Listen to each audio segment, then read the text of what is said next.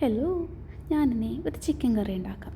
Chicken റോസ്റ്റാണോ പെരട്ടാണോ എന്ന് ചോദിച്ചാൽ എനിക്കറിയില്ല. ഒരു ചിക്കൻ കറി അത്ര തന്നെ. അപ്പോൾ നമ്മളാദ്യം ഒരു 1/2 kg ചിക്കനൊക്കെ നല്ലോണം കഴുകി ഉപ്പും മുളകും മഞ്ഞളും കുറച്ച് കുരുമുളകും ഇട്ടിട്ട് ഒന്ന് മാരിനേറ്റ് ചെയ്ത് വയ്ക്കാം.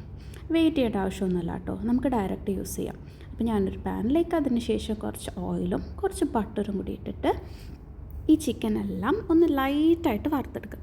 നമ്മൾ ഫുള്ളായിട്ട് വറുക്കേണ്ട ആവശ്യമില്ല, ജസ്റ്റ് ഒന്ന് സ്റ്റിഫായി കിട്ടാൻ വേണ്ടി മാത്രമാണ് കേട്ടോ ഞാൻ വറുക്കുന്നത്. ഈ ഗ്യാപ്പിൽ ഞാൻ കുറച്ച് വെളുത്തുള്ളിയും ഇഞ്ചിയും പച്ചമുളകും വേണമെങ്കിൽ മാത്രം കുറച്ച് പുതിനയും ഒന്ന് മിക്സിയിൽ അരച്ചെടുക്കുന്നുണ്ട്. ഇനി ജസ്റ്റ് ഒരു സൈഡ് ഒന്ന് മുരിഞ്ഞെന്ന് കാണുമ്പോഴേക്കും അപ്പുറത്തെ സൈഡ് ഇട്ടിട്ട് അതിനെ വറുത്ത് കോരി മാറ്റണം.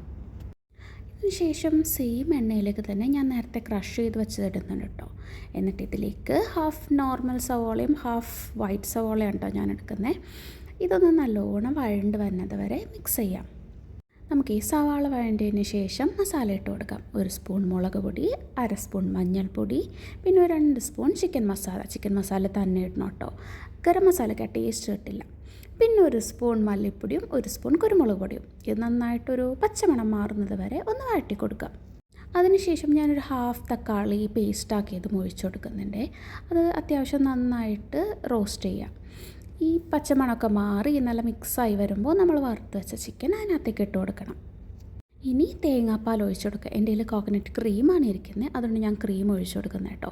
ഇനി അത് നന്നായിട്ട് മിക്സ് ചെയ്യാം. എൻ്റെ കയ്യിൽ ക്രീം ഉള്ളത് കാരണം ഞാൻ കുറച്ച് വെള്ളം അത് കഴിഞ്ഞ് ആഡ് ചെയ്യുന്നുണ്ട് കേട്ടോ. നിങ്ങൾ തേങ്ങാപ്പാൽ മാത്രം ഒഴിച്ചാൽ മതി.